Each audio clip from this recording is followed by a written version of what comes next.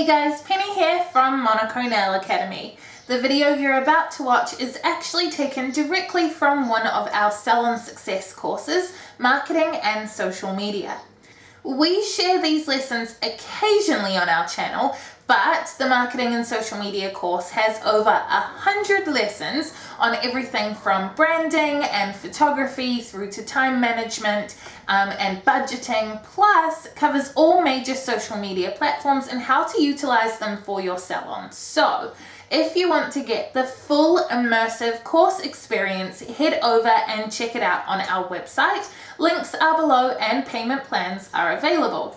Along with the lessons, you get access to a private Facebook group with heaps of support, interactive challenges and implementation tasks to help you actually use what you learn, as well as lots of templates and downloads to make everything that wee bit easier. Before we move on, please hit like on this video and subscribe to our channel. And now, without further ado, here's the lesson. We're moving on from the definition of marketing now. Hopefully you have a better understanding of what it means to you and to your business. So, on to target markets. A target market is a broad idea of the people your business is suited to. For example, some businesses target people of specific ages, genders, income brackets, or other demographics. Your business should do just that. Are you wanting to attract all genders, or to be more specific, are all genders likely to use your products and services? Are you wanting to attract all ages of people, or are some age groups more likely to be good customers? As a nail salon, people who identify as female are far more likely to utilize my services than cisgendered males. Am I going to turn away men who want their nails painted? Absolutely not. Am I going to spend my time and resources advertising to a group of people when only a very small percentage of that group are likely to respond? Also, absolutely not. I'm going to spend my time and resources being seen by the group of people who are most likely to respond to my marketing, which for now is women. I'm going to reassess that group on an annual basis because I think it would be wonderful to see a shift towards all genders celebrating creativity and self-expression through colored nails. Marketing within a target market will lead you to working with your dream clients. Working with dream clients makes business A, fun, and B, profitable, because your dream client will love you right back. Target markets are great, but what will really help your business is an avatar. An avatar is an extremely specific personification of your target market. Basically, an imaginary friend to whom you will target all of your marketing. When it comes to an avatar, the more specific you can be, the better. Stick with me and I promise you'll be sold on the concept by the end of the lesson. I can't speak for a salon right this second because I'm not currently trying to grow my clientele, but I can tell you all about Monaco's avatars for marketing to potential students. We have two. Abby is 22. She was in the upper band or accelerated classes in high school, and everyone knows she's going to go really far in life. She just hasn't quite figured out what she's going to do yet. After excelling all through high school, she struggled a bit to find her place at uni and has since worked in an office job for a while. She's done really well in that role and her boss loves her, but she knows it's not her destiny to spend her entire career doing really well for someone else's benefit. Abby has super high standards for herself, and she has seen the potential to do an amazing job at nails, eclipsing the service offered in mall salons. She hears her friends complain about them time and time again, and she's been once or twice. This is Abby's year to finally get her life together and to make something of herself. Abby has a partner of several years, she's in a stable, committed relationship and has that extra level of support to pursue her dreams. She makes a respectable but far from extravagant income. She likes a glass of wine with her friends and a Netflix binge, but likes small groups of friends more than hitting the clubs. Abby will own a home with her partner within 2 years and be full-time nails shortly after. She will work primarily from home and grow her following primarily on Instagram.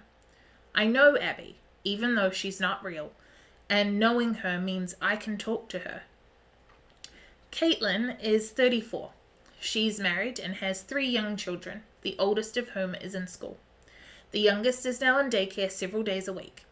Caitlin has put everything aside to be an absolutely incredible mother and wife for many years now, but with the kids getting a bit older, she feels restless. She craves a challenge, a creative outlet, and one-on-one adult conversation undistracted by children sounds wonderful. The only issue is those kids will always come first, so Caitlin needs to be able to factor in her new passion around school hours and bedtimes. She knows of a nail tech in town who works from home and thinks she could do that too. Caitlin has a lot of pressure on her shoulders, 100% self-inflicted. She's paying for her course with money that her husband works hard for and that her family could really use, and she will be taking time away from them too. I know Caitlin, even though she's not real, and knowing her means I can talk to her. It matters that I named them. I will even practice shopping with them occasionally. I'll be at Pack and Save and I'll test myself, thinking, what would Abby get? I'm not insane, I promise. Coca-Cola writes 100-page manifestos describing their avatars. Other massive corporations do the same. Caitlin and Abby get on really well, by the way. Caitlin sees Abby as the person she would have been if she didn't have kids, but she doesn't see this as negative or with regret. She's inspired to succeed more so because she sees herself in Abby. Abby doesn't know it yet because she's still focused on getting her life started. But when she has kids one day, she will be inspired by the fact that she saw Caitlin manage family and nails way back when they were training. When I teach marketing classes in person, 2/3 of the class will start looking sheepish as I start describing Abby and Caitlin. They resonate with one of the 2 avatars and someone will always say, "Oh my gosh, how did you do that?" So, how did I do it? I spoke to them. When I write the wording on our website, I write it to Abby and Caitlin. When I write a social media post, I alternate between talking to Abby or Caitlin. When I create marketing, I have custom audiences set up on Facebook and Instagram so that my ads only show to Abby and Caitlin, and I write a different ad for each one. I don't try and persuade or manipulate them. I just imagine them as I write. Abby gets a few extra emojis, Caitlin gets a few more emotive words. I don't really put conscious thought into it. I just write to these fake people that I know. Is every person that sees my ad going to be exactly Caitlin or Abby? No. This is where the spaghetti effect comes in. Imagine you put a drawing pin in the wall closest to you right now. Just visualize the drawing pin. Now imagine you're holding a giant bowl of spaghetti, the canned kind covered in tomato sauce. Now throw the bowl at the drawing pin. Do spaghetti and sauce get all over the drawing pin? Yes, unless you have extraordinarily bad aim. The drawing pin is completely coated. Does spaghetti and sauce only get all over the drawing pin? No. It's all over the wall, and although the sauce coverage gets less and less the further away from the drawing pin you get, you'll find a speck on the roof in a few weeks' time and wonder how on earth it got there. The drawing pin is your avatar, in my case, Abby or Caitlin. If you want to get super complicated, Abby and Caitlin have drawing pins about 1 meter apart and a bowl of spaghetti each, and some of the spaghetti overlaps, but ignore that for now and let's focus on Abby.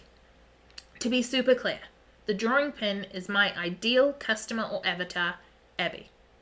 The spaghetti is the marketing I'm doing. I've thrown spaghetti at the drawing pin. The drawing pin is absolutely coated. Because I targeted Abby, I 100% nabbed her.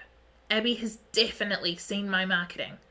The spaghetti also got all over the wall, mostly close to the drawing pin, but spreading quite far. This means that people who aren't quite Abby but have lots of traits in common with her also got covered in spaghetti. The less traits they have in common with Abby, the less spaghetti will touch them. The less my marketing will resonate with them. The thing is, if my marketing doesn't resonate with them and they don't book in with me, good.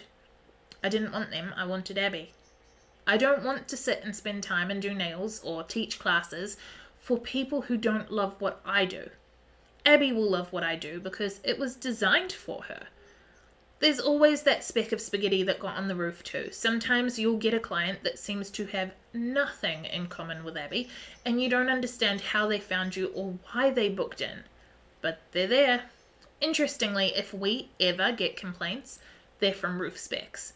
Abby never ever complains or gives negative feedback because we speak the same language. I don't mean literally, I mean that I've designed her to share our morals, values, and sense of humor. We can't possibly let her down as long as we stay true to those. Those roof specs, though. The thing is, though, if a roof spec complains, do I really care? I mean, it's a shame that someone has had a bad experience. I don't ever aim for someone to have a bad experience, but they weren't meant to be here. My service wasn't designed for them. Abby and Caitlin are happy. The people I designed my service for are happy. I will help the roof spec as much as I can, but I will not take it to heart that they didn't like the thing that wasn't made for them. When you create your avatar, name them first. I swear to all things sparkly, they need a name. Try to use a name that doesn't belong to anyone else you know so that your avatar won't be influenced by them. Consider age, demographic, kids, work status, their favorite social media platforms, how carefully they think about purchasing decisions. Think of everything. What did they have for breakfast? What are they wearing right now at whatever time of day it is on whatever day it is when you're watching this? What radio station do they listen to? It's relevant because they quite possibly follow that page on Facebook and we can market to those followers. Another thing that's interesting is sometimes your avatars get a life of their own. The more you get to know them, the more you realize they're in control. It's going to sound insane until it happens to you. Design your avatar and then carry them figuratively around in your pocket for the next few days, trying to think what they would do or decide in any given moment. You won't need to do it forever, you just need to get to know them. There are some really wonderful tools online to at least give you some food for thought when creating your avatars. I will link them below this video. And I also did a video with Penny Hostetler from Gloss and Goss NZ a while ago on the same topic, so I'll link that there too.